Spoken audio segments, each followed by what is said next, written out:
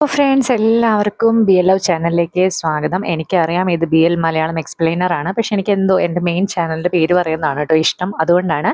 So നമ്മൾ pay back series episode 8ലേക്ക് കടക്കാണ്. എപ്പിസോഡ് തുടങ്ങുന്നതെന്ന് പറഞ്ഞു കഴിഞ്ഞാൽ ഒരു പയ്യൻ, ഒരു ക്യൂട്ടായിട്ടുള്ള ഒരു പയ്യൻ ഒരു എഗ്രിമെന്റ് സൈൻ ചെയ്യാണ് ഡ്രീമുമായിട്ട്.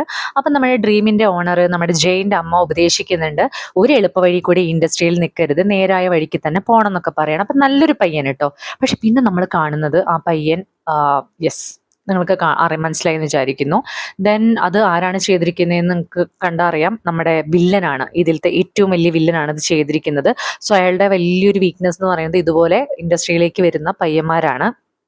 അങ്ങനെ നമ്മൾ പിന്നെ ലാസ്റ്റ് എപ്പിസോഡിന്റെ ബാക്കിയാണ് കാണുന്നത്. നമുക്കറിയാം പെങ്നിയ എന്തോ ഒരു കേസിൽ കുടുങ്ങിയതായിട്ട് നമ്മൾ ലാസ്റ്റ് എപ്പിസോഡിൽ കണ്ടിരുന്നു. അപ്പൊ കേസ് വേറൊന്നുമല്ല, നമ്മൾ തുടങ്ങുന്നതെന്ന് വെച്ച് കഴിഞ്ഞാൽ നമ്മുടെ പെങ്നിയ 3 വർഷങ്ങൾക്ക് മുമ്പ് കാറിൽ കയറി പോകുന്ന ഒരു CCTV ചിത്രം, അതിൽ പെങ്നിയ പേടിക്കുന്നുണ്ട്. ദെൻ പിന്നെ കാണിക്കുന്ന ഒരു പെൺകുട്ടി പിന്നെ ഒരു സ്ത്രീ ഇന്റർവ്യൂ ചെയ്യാണ്. അപ്പൊ ചോദിക്കുകയാണ്, നിങ്ങൾ ഇപ്പോഴാണോ ഈ ഒരു ഫുട്ടേജ് കാണുന്നത്, പിന്നെ നിങ്ങൾക്ക് ഓൾറെഡി ത്രെറ്റനിങ് മെസ്സേജസ് ഒക്കെ അയച്ചിട്ടുണ്ടായിരുന്നു ഈ പറയുന്ന പെങ്നിയുടെ ഭാഗത്ത് നിന്ന് ചോദിക്കുമ്പോൾ അവൾ പറയുന്നുണ്ട് യെസ് അയച്ചിട്ടുണ്ടായിരുന്നു എന്ന് പറയുന്നു.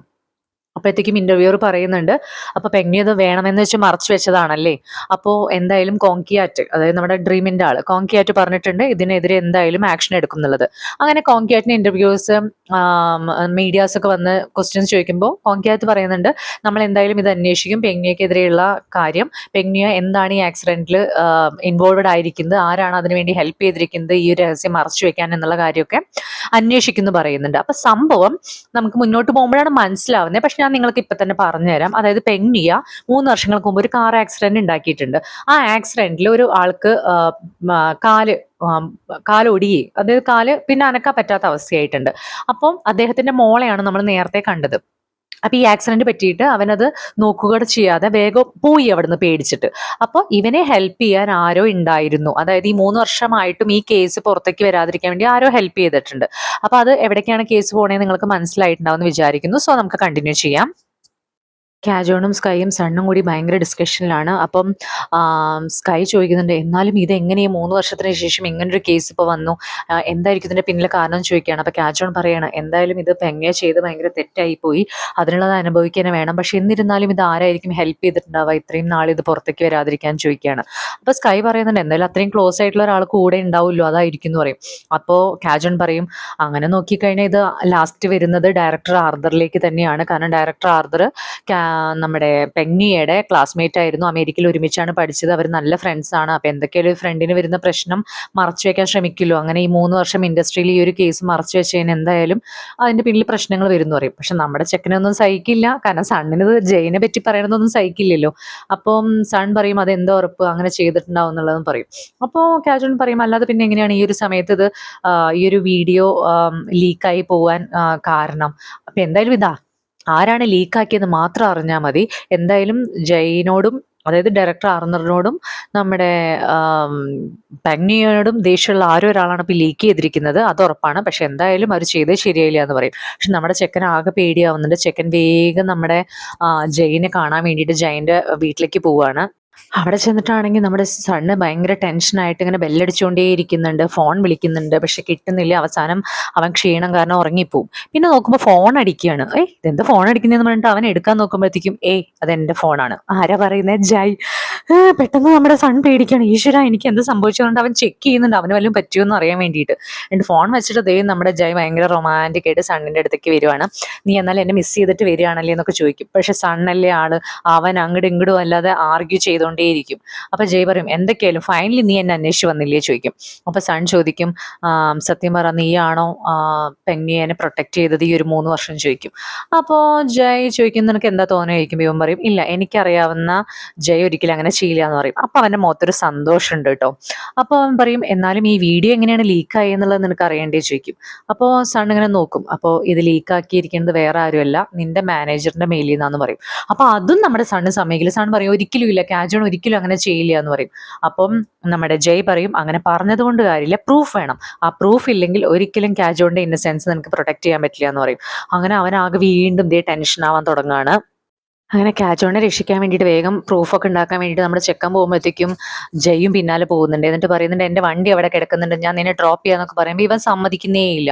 അപ്പോൾ ജയ് വാശി പിടിക്കുന്നുണ്ട്, ഇല്ല ഞാൻ നിന്നെ ഡ്രോപ്പ് ചെയ്യാൻ സമ്മതിച്ചില്ലെങ്കിൽ നീ പോണ്ടാന്ന് പറയും. അപ്പോൾ സൺ പറയും ശരി അന്ന് ഓക്കെ നീ എന്നെ ഡ്രോപ്പ് ചെയ്തോ, പക്ഷെ നീ എൻ്റെ കൂടെ വരേണ്ടി വരും എന്ന് പറയും. എന്നിട്ട് നമ്മുടെ സണ്ണ് ബസ്സിൽ കയറിയിട്ട് പറയും ഓ നീ ബസ്സിലൊന്നും കയറിയിട്ടില്ലല്ലോ പറയുമ്പോൾ ജയ് പറയും പിന്നെ ഞാൻ ന്യൂയോർക്കിലൊക്കെ ബസ്സിൽ പോയിട്ടുള്ളതെന്ന് പറയും.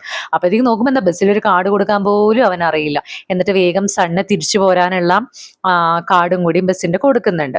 അത് കഴിഞ്ഞ് പിന്നെ നല്ല സീൻസ് ആണ് കേട്ടോ. ബസ്സിൽ ഇതേമേ ഓരോ ബ്രേക്ക് ഇടുമ്പോഴും ജയ് വന്നിട്ട് ഇതേ സണ്ണിന്റെ മുകളിലേക്ക് വീഴുന്നുണ്ട്. ഓ എല്ലാവരും നമ്മളെ പോലെ തന്നെ നോക്കിക്കൊണ്ടിരിക്കുക, ലൈവായിട്ട് ബീൽ ഡ്രാമ കണ്ടുകൊണ്ടിരിക്കുകയാണ് എല്ലാവരും ബസ്സിലെ. അങ്ങനെയാണ് കേട്ടോ കുറേ സീൻസ് അങ്ങനെ പോകുന്നുണ്ട്. ദെൻ അതിൻ്റെ ഇടയ്ക്ക് ജയ് ചോദിക്കുന്നുണ്ട് എന്നാലും 5 വർഷം മുമ്പ് നിന്നെ ആരായിരുന്നു ടോപ്പ് ചെയ്തേ ചോദിക്കും. പക്ഷെ അവനപ്പം ദേഷ്യം വരും, അവൻ പറയും നിനക്ക് വേറെ ഒന്നും ഇല്ലേ ചോദിക്കാന്നൊക്കെ ചോദിക്കും. അങ്ങനെ അവരുടെ സ്വീറ്റ് മൊമെന്റ്സ് ആണ് കേട്ടോ ബസ്സിലത്തെ കാണുന്നത്. ദെൻ അത് കഴിഞ്ഞിട്ട് നേരെ സൺ ഇറങ്ങി പോവാണ് ബസ്സിൽ നിന്ന്. അങ്ങനെ കാജോൺ ഇതറിയുമ്പോഴത്തേക്കും ഭയങ്കര സങ്കടപ്പെടുന്നുണ്ട്. അപ്പൊ ജയ് ഒരു ചോദ്യം ചോദിച്ചിട്ടുണ്ടായിരുന്നു സണ്ണിനോട്, നിങ്ങൾ അറിയാതെ എപ്പോഴെങ്കിലും കാജോൺ നിങ്ങളുടെ അടുത്ത് നിന്ന് പോയിട്ടുണ്ടാവും എന്നുള്ളത്. അപ്പോൾ അവൻ ഓർത്തപ്പോൾ ഒരിക്കലും അവനോട് പറഞ്ഞിട്ട് എങ്ങോട്ടോ പോയിട്ടുണ്ടായിരുന്നു. അപ്പൊ കാജോൺ പറയാണ് ഞാൻ നിങ്ങളെ അവിടെ ആക്കിയിട്ട് പോകുന്നത് വേറൊന്നുമല്ല, എനിക്ക് ഓഫീസിൽ കുറച്ച് മെയിൽ നോക്കാണ്ടായിരുന്നു, അതിന് വന്നതാ മക്കളെ, ഞാൻ ഇതൊന്നും ചെയ്യില്ല എന്ന് പറഞ്ഞിട്ട് കാജോൺ പാവം വിഷമിക്കുന്നുണ്ട് കേട്ടോ. അപ്പൊ ജയ് പറയുന്നുണ്ട്, സോറി സൺ പറയുന്നുണ്ട്, നമുക്കൊരു കാര്യം ചെയ്യാം, എങ്ങനെയെങ്കിലും പെങ്ങയുടെ അടുത്ത് ചെന്നിട്ട് അവന്റെ മാനേജർ ആവാൻ പറ്റി കഴിഞ്ഞു കഴിഞ്ഞാൽ പിന്നെ ആ ഒരു കോൺഫിഡൻസിൽ എല്ലാവരുടെ മുമ്പിൽ നിൽക്കാം, അത് മാത്രമേ നമുക്കിപ്പോൾ വഴിയുള്ളൂ എന്ന് പറയും.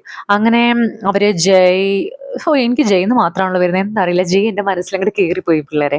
അപ്പോൾ സണ്ണും നമ്മുടെ കാജോണും കൂടിയിട്ട് പിറ്റേ ദിവസം ചെല്ലുകയാണ്. നോക്കുമ്പോൾ ഉള്ളിലേക്ക് കയറണമെങ്കിൽ കാർഡ് വേണം. നോക്കുമ്പോൾ കാർഡ് എവിടെ, അപ്പം നമ്മുടെ സണ്ണിന്റെ മുമ്പിലാണോ കാർഡ് കിട്ടുക, സണ്ണ് അവിടെ നിന്നുള്ള ഒരു എംപ്ലോയീനെ തട്ടിയിടും, എന്നിട്ട് ആ കാർഡ് പതുക്കെ അടിച്ചു മാറ്റി പോരും. അപ്പൊ കാജോൺ പേടിക്കുന്നുണ്ട്, എടാ ഇങ്ങനെയൊന്നും അല്ലടാ ഞാൻ ഉള്ളിൽ കയറാൻ പറഞ്ഞത്.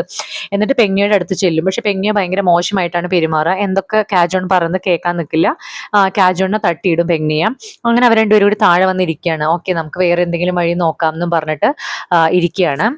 പിന്നെ നമ്മുടെ സ്കൈ ചെക്കൻ ഇങ്ങനെ മൊബൈലിൽ നമ്മുടെ പെങ്ങിയ മാപ്പ് പറയുന്നതൊക്കെ കാണുവാണ്. അപ്പൊ ആ സീനിനെ ട്രോളിക്കൊണ്ട് മറ്റുള്ളവരുടെ കമന്റ്സ് ഒക്കെ അവൻ വായിക്കുന്നുണ്ട്. പെട്ടെന്ന് ഫോൺ വരുന്നത് ആരെയാണെന്ന് അറിയോ, നമ്മുടെ ഫാക്കിൻ വിളിച്ചിട്ട് പറയണ നീ എപ്പോഴാ ഫ്രീ ആവുന്നത്, അങ്ങനെയാണെങ്കിൽ എനിക്ക് നമ്മളന്ന് പറഞ്ഞ പോലത്തെ ന്യൂഡ് ഫോട്ടോസ് എടുക്കണം എന്ന് പറയും. അപ്പൊ ഇവൻ ഞെട്ടും, പെട്ടെന്ന് അവന് കാര്യം മനസ്സിലാവും. എന്നിട്ട് പറയും ആരെ വിളിക്കുന്നേ ചോദിക്കും. അപ്പൊ ഫാഗിൻ ചോദിക്കും കാജോൺ അപ്പൊ ആരുടെ നമ്പറാ തന്നേ ചോദിക്കും. അപ്പോൾ പറയും ഇത് സണ്ണല്ല സ്കൈ ആണെന്ന് പറയും. ഓക്കെ അന്ന് നീ സണ്ണിനെയും കൂട്ടിയിട്ട് വായോ, അവനോട് ഞാൻ പറഞ്ഞിട്ടുണ്ടായിരുന്നു പറയും. അങ്ങനെ വന്നിട്ട് സണ്ണ് പറയും എന്താ ചെയ്യേണ്ടത് ചോദിക്കുമ്പോൾ പറയും ന്യൂഡ് ഫോട്ടോസ്. പക്ഷെ വളരെ മാന്യമായിട്ട് തന്നെയാണ് ഫാക്കിൻ ഫോട്ടോസ് എടുക്കുന്നത്. അങ്ങനെ ഫോട്ടോസ് എടുത്തതിന് ശേഷം നമ്മുടെ സണ്ണ് ഒരു ഫോട്ടോയിൽ നോക്കി നിൽക്കുകയാണ്. അപ്പൊ സ്കൈ ചോദിക്കണം ആ ഫോട്ടോയിലുള്ളത് ആരാണെന്ന്. പിന്നെ ഒരു ഉപദേശ ക്ലാസ് ആണ്. ഫാക്കിൻ പറയാണ് ഫാക്കിനെ ഭയങ്കര ഡീഗ്രേഡ് ചെയ്തിരുന്ന ആളുടെ ടീച്ചറാണ്. ആ ടീച്ചറുടെ ഫോട്ടോ അവിടെ എടുത്തു വെച്ചിരിക്കുകയാണ്. കാരണം ഓരോ നിമിഷവും ജീവിതത്തിൽ തോൽക്കും അല്ലെങ്കിൽ പിന്തിരിയണം എന്ന് തോന്നുമ്പോഴെല്ലാം അയാളുടെ ഫോട്ടോ നോക്കുന്നത്. എന്നിട്ട് ഇപ്പൊ ഏറ്റവും നല്ലൊരു ഫോട്ടോഗ്രാഫർ ആയപ്പോൾ ഏറ്റവും, അതായത് അദ്ദേഹത്തിന്റെ ഫോട്ടോയ്ക്ക് മുമ്പിൽ നിൽക്കുകയാണ്, അതായത് അയാളെക്കാളും വലിയൊരു ഫോട്ടോഗ്രാഫറായി. അപ്പോൾ അവൻ പറയാണ് ഒരിക്കലും നമ്മൾ തോറ്റു എന്ന് വിചാരിച്ചിട്ട് ഓടരുത്, നമ്മളെ തോൽപ്പിച്ചവരുടെ മുമ്പിൽ വീണ്ടും നമ്മൾ നിവർന്ന് നിൽക്കണം, അതാണ് നമ്മുടെ ഏറ്റവും വലിയ വിജയം. ഇപ്പോൾ നിനക്ക് ക്യാമറ പേടിയായത് എങ്ങനെയാണ്, ആ പേടിപ്പിച്ചവരുടെ മുമ്പിൽ നീ ക്യാമറയിൽ അല്ലെങ്കിൽ ഒരു സിനിമയിൽ വലിയൊരാളായി വന്നു കഴിഞ്ഞാൽ സ്കൈയോട് പറയാണ് അവരോട് ചെയ്യുന്ന ഏറ്റവും വലിയ റിവെഞ്ച് അതാണ്. അപ്പൊ ഇതൊക്കെ കേട്ടിട്ട് നമ്മുടെ സണ്ണും നിൽക്കുന്നുണ്ട്, സണ്ണിന്റെ മനസ്സിലും ഒരു തീപ്പൊരി വരികയാണ്. സണ്ണ് റൂഫ് ടോപ്പിൽ വന്നിട്ട് ജയനെ കാണാൻ വരികയാണ്. എന്നിട്ട് പെട്ടെന്ന് സൺ ചോദിക്കുന്നത് കോങ്ക്യാറ്റ് നിന്നെ പുറത്തേക്ക് ആക്കാൻ വേണ്ടിയിട്ടാണല്ലേ നോക്കുന്നേ ചോദിക്കുമ്പോഴത്തേക്കും ജയ് ചോദിക്കുന്നത് നീ എന്നെക്കുറിച്ച് വറീഡ് ആവുകയാണോ ചോദിക്കുന്നുണ്ട്. പിന്നെ ചോദിക്കലും കിസ്സിങ്ങും ഒക്കെ പിന്നെ ഒറ്റയടിക്കായിരുന്നു കേട്ടോ. എന്നിട്ട് പറയാണ് പെട്ടെന്ന് അവനതിന്ന് പിന്നിലേക്ക് തിരിയാണ്. അപ്പോൾ പറയണത് നീ എന്താ എപ്പോഴും ഇങ്ങനെ, നിനക്ക് എന്നോടൊന്നും ഫീൽ ചെയ്യുന്നില്ല എന്ന് പറയാൻ പറ്റുമോ, നീ ഇപ്പോഴും റിഗ്രറ്റിലാണ്, നിന്റെ അമ്മേനെയും ബ്രദറിനെയും കൊന്ന് നീയാണെന്നുള്ള റിഗ്രറ്റിൽ, പക്ഷെ നീ ചെയ്തതിനുള്ളതിനേക്കാൾ കൂടുതൽ നീ അനുഭവിച്ചു കഴിഞ്ഞു, ഇനി നീ എന്തിനാണ് അത് ആലോചിച്ചുകൊണ്ടിരിക്കുന്നത്, നിനക്കൊന്ന് കരഞ്ഞോടെ ചോദിക്കുകയാണ്. അപ്പോൾ അവനൊന്നും മിണ്ടുന്നില്ല. അപ്പോൾ പറയുന്നുണ്ട് നിനക്ക് എന്നോടൊന്നും ഫീൽ ചെയ്യുന്നില്ലേ. എന്നിട്ട് അവൻ്റെ ആ ഒരു നെഞ്ചിലേക്ക് കൈവച്ച് കൊടുക്കുകയാണ്. എന്നിട്ട് പറയണത് നിനക്കൊന്നും ഫീൽ ചെയ്യുന്നില്ലെങ്കിൽ നീ പറ എന്ന് പറയും. സണ്ണൊന്നും പറയാനാവാതെ നിൽക്കുകയാണ്. അപ്പം തന്നെ നമുക്ക് ഉത്തരം പിടികിട്ടി. അങ്ങനെ സ്കൈനെയും കൊണ്ടിട്ട് കാജോണും സണ്ണും കൂടി ഡ്രാമ സെറ്റിൽ വന്നിരിക്കുകയാണ്. അപ്പോൾ സ്കൈ ഭയങ്കര വിഷമം പറയുക കാജോണോട് വിഷമിക്കല്ലേ എന്നൊക്കെ പറയുമ്പോൾ കാജോൺ പറയുന്നുണ്ട് ഓ നീ നിന്റെ ആക്ടിങ്ങിൽ ഫോക്കസ് ചെയ്യുക, എൻ്റെ കാര്യമൊക്കെ ശരിയായിക്കോളൂ എന്ന് പറയാണ്. അങ്ങനെ അവിടെ വെച്ചിട്ട് പെട്ടെന്ന് നമ്മുടെ ആ ലേഡി ഡയറക്ടർക്ക് ഫോൺ വരികയാണ്. അതിൽ അഭിനയിക്കുന്ന ആള് എഴുന്നേറ്റിട്ടില്ല അത്രേ. അപ്പോൾ ആ ദേഷ്യത്തിൽ ലേഡി നോക്കുമ്പോഴത്തേക്കും നമ്മുടെ സണ്ണിനെ കാണുമ്പോഴത്തേക്കും ഒരു പൊട്ടൻഷ്യൽ ആയിട്ട് തോന്നും. അങ്ങനെ പറയും സണ്ണിനോട് അഭിനയിക്കാൻ പറ്റുമോ ചോദിക്കും. അപ്പോഴത്തേക്കും കാജോൺ ആകെ ഷോക്കാവും. കാജോൺ പറയും അത് പിന്നെ ഇല്ല, ഈ ക്യാരക്ടർ ഇവനാണ് സ്യൂട്ട് ആവാന്ന് പറയും. എന്നിട്ട് ഒരു ഓഫീസ് വേഷത്തിലൊക്കെ അവനെ ഒരുക്കി കൊണ്ടുവരും കേട്ടോ. ചെക്കനാണെങ്കിലോ ചുള്ളനായിരിക്കാണ് കേട്ടോ വേഷത്തില്. അപ്പൊ സ്കൈയും ഭയങ്കര പ്രൗഡായിട്ട് അവൻ്റെ അടുത്ത് വരുന്നുണ്ട്. നിനക്ക് പറ്റും എന്നൊക്കെ പറഞ്ഞിട്ട്. പെട്ടെന്ന് സണ്ണിനൊരു ഫോണിൽ മെസ്സേജ് വരികയാണ് ലുധിയാനയുടെ ക്യാപിറ്റൽ ചോദിച്ചിട്ട്. ഉത്തരം അറിയണമെങ്കിൽ അവിടെ വാഷ്റൂമിലേക്ക് വരാൻ പറയും. അപ്പോൾ ആ വാഷ്റൂമിലേക്ക് ചെല്ലും. നമ്മുടെ ഡമ്മിയാണ് കേട്ടോ ചെയ്യുന്നത്. വാഷ്റൂമിൽ ചെല്ലുമ്പോഴത്തേക്കും ദേ നമ്മുടെ ജയ് അവിടെ വരുന്നു. പിന്നെ വരലും പിന്നെ വലിയ പറച്ചിലുകളൊന്നും ഇല്ലല്ലോ. അടുത്തത് ദേ പോകുന്നു. അപ്പോഴത്തേക്കും നമ്മുടെ ചെക്കൻ ഭയങ്കര പെട്ടെന്ന് എന്താവും ഇത് പബ്ലിക് വാഷ്റൂമാന്നൊക്കെ പറയും. അപ്പൊ നമ്മുടെ ചെക്കന് വീണ്ടും നീ എന്താ ഇങ്ങനെ പെരുമാറുന്നത്? കാരണം അവന് ഭയങ്കര ഡെസ്പാവാണ് ജയ്. കാരണം എപ്പോഴും ഒരു വിക്ടിമിനെ പോലെയാണ് സണ്ണ് പെരുമാറുന്നത്. അതായത് ഭയങ്കര ഫോഴ്സ് ചെയ്തിട്ട് അവനെ സ്നേഹിക്കുന്ന പോലെ. അപ്പൊ എന്താന്നൊക്കെ ചോദിക്കും അവരോട്. ജയ് സണ്ണിനോട് ചോദിക്കും, നീ നിന്റെ മനസ്സിനോട് ചോദിക്കും നിനക്ക് എന്താണ് വേണ്ടത്, അത് നീ എന്നോട് ചോദിക്ക്, നീ എന്തിനങ്ങനെ പേടിക്കുന്നത് ചോദിക്കുമ്പോൾ സൺ പറയും എനിക്ക് ഒന്നിനോടും പേടിയില്ല എന്ന് പറയും. അപ്പൊ ജയ്ക്ക് ഇങ്ങനെ ദേഷ്യം വരുന്നത്. ജയ് പറയുന്നുണ്ട് ഞാൻ ഒരാളോടും അത്ര ഈസി അല്ല, പക്ഷെ ഞാൻ നിന്നോട് മാത്രമാണ് ഇങ്ങനെ ഈസി ആയിട്ട് നിൽക്കുന്നത്. അതുകൊണ്ട് ഞാൻ വീണ്ടും പറയുന്നു നിനക്ക് എന്താ വേണമെങ്കിൽ എന്നോട് ചോദിക്കാൻ പറയും. എന്നിട്ട് വീണ്ടും ദേ കിസ്സിങ് തുടങ്ങും. അപ്പോഴത്തേക്കും പുറത്തൊരാൾ വന്നിട്ട് വാഷ്റൂമിൽ തട്ടുമ്പോഴത്തേക്കും ദെൻ ജയ് അവിടെ നിന്ന് പോവും. പോണ പോക്കിൽ ഒരു പെൻ ഡ്രൈവ് നമ്മുടെ ചെക്കന് കൊടുക്കും കേട്ടോ. ഇത് നിനക്കും കാജോണിനും ഉപകാരപ്പെടും എന്ന് പറയും. അപ്പൊ ആ പെൻ ഡ്രൈവിൽ എന്തോ ഉണ്ട്. അങ്ങനെ അവൻ അവിടെ നിന്ന് പോവുകയാണ് ജയ്. അത് കഴിഞ്ഞിട്ട് നേരെ സെറ്റിലേക്ക് പോവാണ് സണ്ണ്. അപ്പൊ സണ്ണിനൊരു സൂയിസൈഡ് ചെയ്യുന്നൊരു സീനാണ് അവിടെ കാണിക്കേണ്ടത്. അപ്പൊ അതിന് അവൻ റിഹേഴ്സൽ നോക്കാൻ വേണ്ടി പോകുമ്പോഴത്തേക്കും കാജോൺ നന്നായി ചെയ്യുന്നൊക്കെ പറഞ്ഞ് അവനെ വിടുമ്പോൾ ദേ ഈ പെൻ ഡ്രൈവ് എടുത്തിട്ട് അവൻ്റെ കയ്യിൽ കൊടുക്കുന്നുണ്ട് നോക്കാൻ പറഞ്ഞിട്ട്. ദെൻ ആ ലേഡി ഡയറക്ടർ ഭയങ്കര സൂപ്പറാട്ടോ. റിഹേഴ്സൽ നടത്താൻ പറയുമ്പോൾ ഇവൻ പറയും റിഹേഴ്സൽ വേണ്ട, കാരണം റിഹേഴ്സൽ ചെയ്ത് കഴിഞ്ഞാൽ ഒരു പക്ഷെ ഞാൻ എന്ത് ചെയ്തു പോകും എന്നുള്ളത് അറിയില്ല എന്ന് പറയും. അപ്പോൾ ലേഡിക്ക് മനസ്സിലാവും ഇവൻ എന്തോ പ്രശ്നമുണ്ടെന്ന്. അങ്ങനെ സെറ്റിൽ അവൻ അത് കറക്റ്റായിട്ട് ചെയ്യാൻ പോവാണ്. അങ്ങനെ ഭയങ്കര ഇമോഷൻസ് ആണ് കേട്ടോ. എല്ലാവരും ഭയങ്കര ഷോക്കാവും. കാരണം അവൻ്റെ മുഖഭാവം കാണുമ്പോൾ അവൻ ചാടുമെന്ന് ശരിക്കും ഒറിജിനലായിട്ട് ചാടുമെന്ന് പേടിക്കും. അങ്ങനെ അടിയിൽ ചാടുമ്പോഴും പക്ഷേ അതിനുള്ള സൗകര്യങ്ങളൊക്കെ ഉണ്ട്. പക്ഷെ എല്ലാവരും ഞെട്ടിപ്പോവും, ആ ലേഡി പോലും. അപ്പം എല്ലാവരും അവനെ അഭിനന്ദിക്കുകയൊക്കെ ചെയ്യും. അത് കഴിഞ്ഞ് ലേഡി നേരെ ഡയറക്ടർ ആർദറിൻ്റെ അടുത്തേക്കാണ് പോകുന്നത്. എന്നിട്ട് ആ ലേഡി പറയും എനിക്കിതിലൊരു സീൻ ചേഞ്ച് ചെയ്യണം, കാരണം ഡയറക്ടർ ആർത്തറാണല്ലോ ഇതിലൊരു ഇൻവെസ്റ്റർ, അതുകൊണ്ടാണ് കാണാൻ വന്നേ പറയും. അപ്പോൾ ആർത്തർ ചോദിക്കും ഏത് സീനാണ്? അപ്പോൾ അവൻ പറയും ആ പെൺകുട്ടി പറയും ഡാനി എന്ന് പറയുന്നത് നമ്മുടെ സണ്ണ് പ്രസൻറ്റ് ചെയ്യുന്ന ക്യാരക്ടർ. അപ്പം നമ്മുടെ ആർത്തർ നോക്കിയിട്ട് പറയും ശരി അതിൽ ഏത് ലൈനാണ് മാറ്റേണ്ടതെന്ന് ചോദിച്ചിട്ട് അവൻ ആ ലൈൻ പറയും. അതായത് മരിക്കുന്നതിന് പകരം എനിക്ക് ഇനിയും ജീവിക്കണം എന്നുള്ള ഒരു ആശയം നൽകുന്ന രീതിക്ക് ആ സീൻ മാറ്റണം എന്നുള്ളതാണ്. അപ്പോൾ ആ ലേഡി പോലും ഞെട്ടും, കാരണം അവൾ വിചാരിച്ച പോലെ തന്നെ ആർദർ പറയാണ്. നെക്സ്റ്റ് സീനിൽ കാജോൺ നമ്മുടെ പെങ്നിയെ കാണാൻ വരികയാണ്. അപ്പോൾ അവിടെ പെങ്നിയുടെ മാനേജർ ഉണ്ട്. അപ്പോൾ കാണണമെന്ന് പറയുമ്പോഴത്തേക്കും പറയും ഇല്ല അവൻ ആരും കാണുന്നില്ല എന്ന് പറയും. അപ്പോൾ പറയും ഇല്ല അത് കാണാൻ സമ്മതിക്കില്ലല്ലോ, കാരണം നീയല്ലേ കോങ്ക്യാറ്റിൻ്റെ കൂടെ കൂടിയിട്ട് എല്ലാ വിവരങ്ങളും അവന് കൊടുത്ത് ആ വീഡിയോ കൊടുത്തതെന്ന് പറയും. അപ്പോഴത്തേക്കും അയാൾ ഞെട്ടും. അയാളുടെ പേര് ഫൂന്നാണ് കേട്ടോ. പക്ഷെ ആ സമയം കൊണ്ട് ഇവൻ ഉള്ളിലേക്ക് കയറും. അപ്പോൾ ഈ പെങ്നിയെ വരുമ്പോഴത്തേക്കും ഭയങ്കര ദേഷ്യത്തിലാണ് വരിക. നിന്നോട് ഇവിടെ വരരുതെന്ന് പറഞ്ഞതല്ലേ എന്നൊക്കെ ചോദിക്കും. എന്നിട്ട് മാനേജറോടും ദേഷ്യപ്പെടും. അപ്പോഴത്തേക്കും നമ്മുടെ കാജോൺ പറയും ഇല്ല എനിക്ക് വരാതിരിക്കാൻ പറ്റില്ലല്ലോ, കാരണം നിന്റെ കൂടെയുള്ളവർ തന്നെയാണ് നിന്നെ ഒറ്റിക്കൊടുത്തതെന്ന് പറയും. അപ്പോഴത്തേക്കും ഇവൻ ഞെട്ടും, കാരണം അയാളാണ് ഈ പറയുന്ന വീഡിയോ എടുത്ത് കൊടുത്തേ കോങ്ക്യാറ്റിന് എന്നുള്ളത് മനസ്സിലാവുമ്പോൾ ഭയങ്കര വിഷമാവും. അങ്ങനെ അവനെ പുറത്തേക്ക് ആക്കും. അപ്പോൾ അത് കഴിയുമ്പോഴത്തേക്കും ഇവർ തമ്മിലൊരു ഡീലിലേക്ക് വരികയാണ്. അതായത് കാജോൺ പറയും നിനക്ക് ഇനിയും നല്ല ഭാവിയുണ്ട്, നമുക്ക് പതുക്കെ പതുക്കെ തുടങ്ങാം, പക്ഷെ നീ പബ്ലിക്കായിട്ട് ഒരു സോറി പറയണം. സോറി പറയുന്നത് ആ പെൺകുട്ടീനെയും കൂടി കൂട്ടിയിട്ട് വേണം സോറി പറയാൻ. അങ്ങനെയാണെങ്കിൽ എല്ലാവരും ആക്സെപ്റ്റ് ചെയ്യും, കുറച്ച് സമയം എടുക്കുന്നു മാത്രം, പിന്നെ ഒരു ബ്രാൻഡ് നിന്നെ വെയിറ്റ് ചെയ്യുന്നുണ്ട് എന്ന് പറയും. അപ്പോൾ അയാൾ ചോദിക്കും ഏത് ബ്രാൻഡ് ചോദിക്കുമ്പോൾ ഒരു ബ്രാൻഡിന്റെ പേര് പറയും. അപ്പോൾ പെങ്നിയെ പറയും അതൊരു ചെറിയ ബ്രാൻഡല്ലേ ചോദിക്കും. അപ്പോൾ കാജോൺ പറയും നീ നോക്ക് നിന്റെ ഭാവി ഇപ്പൊ ഭയങ്കര ത്രെറ്റനിങ് ആണ്, അപ്പൊ ഈ ഒരു ബ്രാൻഡിൽ നിന്ന് വീണ്ടും തുടങ്ങൽ മാത്രമേ നിനക്ക് പറ്റുള്ളൂ, അവിടെ നിന്ന് നിനക്ക് പതുക്കെ പതുക്കെ വളരാമെന്ന് പറയും. അങ്ങനെ അവരവിടെ ഡീൽ ഉറപ്പിക്കുകയാണ്. അങ്ങനെ പബ്ലിക്കായിട്ട് ആ കുട്ടിയുടെ അടുത്ത് ഫ്ലവേഴ്സൊക്കെ കൊടുത്തിട്ട് ഒരു മീഡിയയ്ക്ക് മുമ്പിൽ, കുറേ മീഡിയാസിന് മുമ്പിൽ പബ്ലിക്കായിട്ട് അപ്പോളജി പറയുകയാണ്. ചെയ്ത തെറ്റിന് ഇനി വേറെ പരിഹാരങ്ങളില്ലാത്തതുകൊണ്ടാണ്, എല്ലാ തരത്തിലും ഇതിന് വേണ്ടിയിട്ടുള്ള കാര്യങ്ങൾ ചെയ്യും, അന്ന് പേടിച്ചിട്ടാണ് ഇതൊക്കെ ചെയ്തു പോയതെന്നൊക്കെ പറഞ്ഞ് എൻ്റെ കൂടെ വേറെ ആരും എന്നെ സഹായിച്ചിട്ടില്ല, എൻ്റെ ഒറ്റ തീരുമാനമായിരുന്നു എന്ന് പറയാണ്.